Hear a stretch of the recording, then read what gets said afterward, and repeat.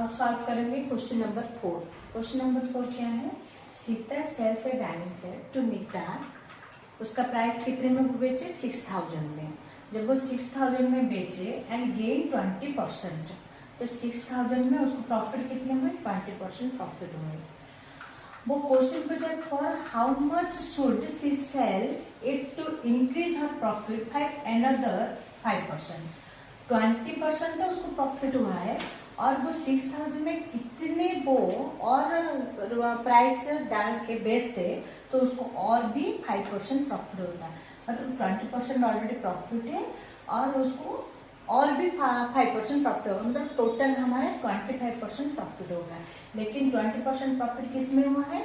जब वो 6000 में बेचे हैं। तो यहाँ पर सेलिंग प्राइस हमारा पता चल गया, लेकिन वो सीता कितने में खरीदा था वो कॉस्ट प्राइस यहाँ पर है नहीं।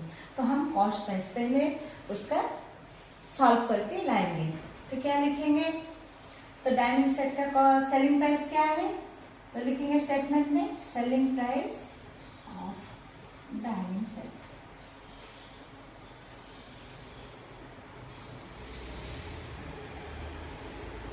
$6000।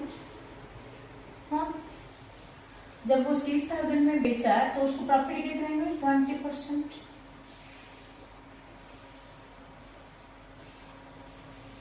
लेकिन हमें cost price of dining set पता नहीं है, तो हम कॉस्ट प्राइस निकालेंगे सीपी ऑफ डाइनिंग सेट। तो क्या करेंगे?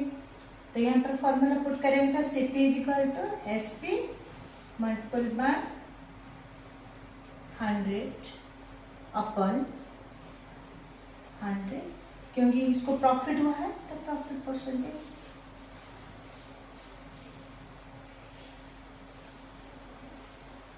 हमारे एसपी कितने हैं? 6000। हाँ,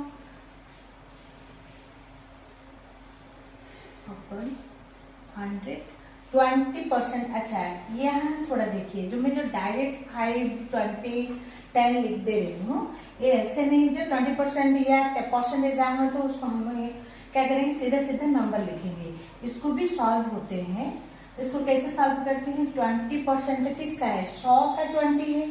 जब 20% को मैं जब 100 के साथ डिवाइड करूंगी तो मुझे 20 रुपीज आते हैं। ठीक है, तो इसलिए मैं यहाँ पर डायरेक्ट प्रॉफिट परसेंट के साथ में 20% की जगह 20 रुपीज लिखती हूँ। क्लियर? रुपी साइन पूरा मैं बाहर रख दी हूँ।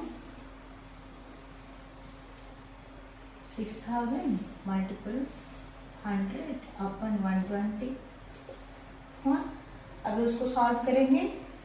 25 sum 26 61 equal to rupees 1000 multiple by 5000।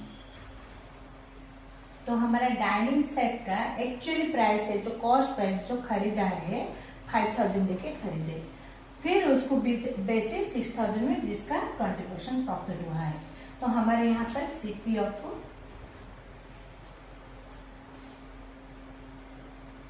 Dining set का प्राइस पता चल गया, कितने? 5000 है। लेकिन हमें वो पूछे हैं, अच्छा 6000 में जब हम बेचे तो हमें 20% फायदा हुए। अभी और कितने में वो बेचते तो किसको बोलेंगे? इससे 5000। अभी 5000 को जब 6000 में हम बेचे तो उसको 20% प्रॉफिट हुआ।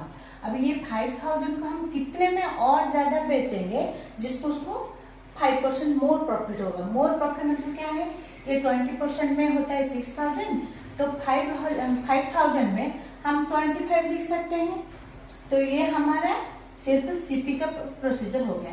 अब हम कैसे उसको 25% में उसको कितना फायदा होगा और उसका कितना प्राइस आएगा वो देखेंगे। तो यहाँ पर थोड़ा सा मैं ऊपर लिख दे रही हूँ।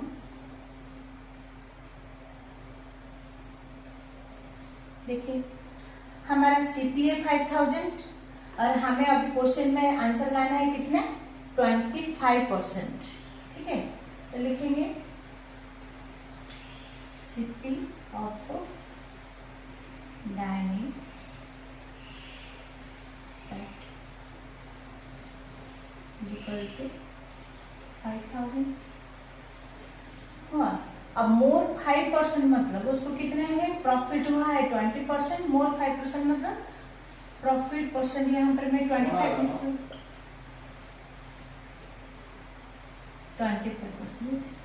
हाँ, तो हमारा क्वेश्चन पूछा है 25% में उसको कितना प्राइस में वो बेचे होगा जिसको वो प्रॉफिट है उसको 25% प्रॉफिट मिला होगा। तो यहाँ पर हमें एसपी निकालेंगे। हाँ,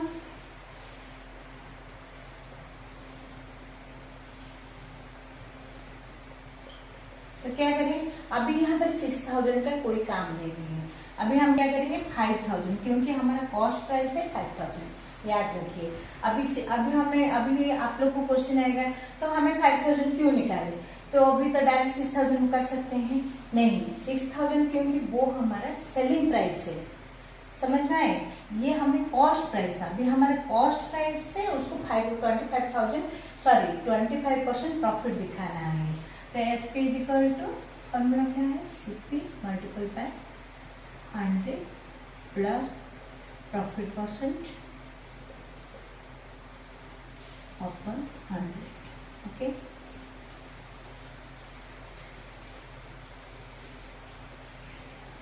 ठीक है। अभी उसको सॉल्व करेंगे। हमारे सीपी यहाँ पर कितने हैं 5000। अभी यहाँ पर प्रॉफिट है उसको 25% का, वो कितना सेलिंग प्राइस, वो ही हमें आंसर लाना है। 100 प्लस 25 अपॉन 100।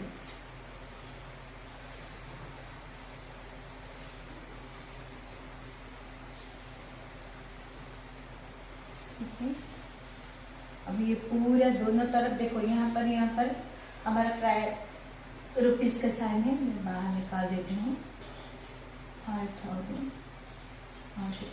125 अपन 100, इसको भी हम सॉल्व करेंगे। और देखो यहाँ पर 20 कट गया, अब कितने बचे 50 रुपीज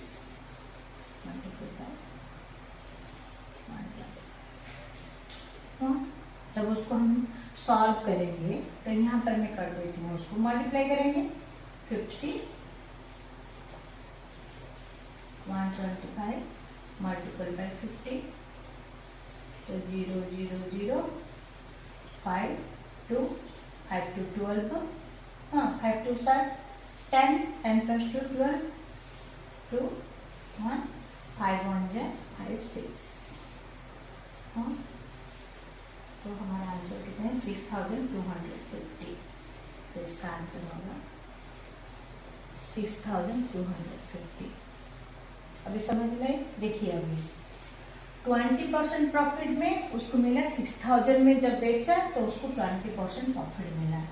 अभी वो 25% प्रॉफिट कैसे मिलेगा, अगर वो सेलिंग प्राइस उसका 6250 होगा, क्योंकि हमें यही पूछा है, हमारा आंसर यही है।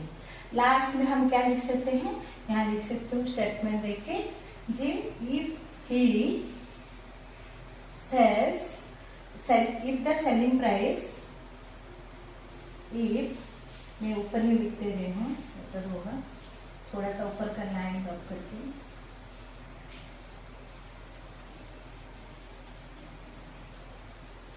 तो लास्ट हमारा सेंटेंस होगा, लिखोगे if he sells, sorry, she sells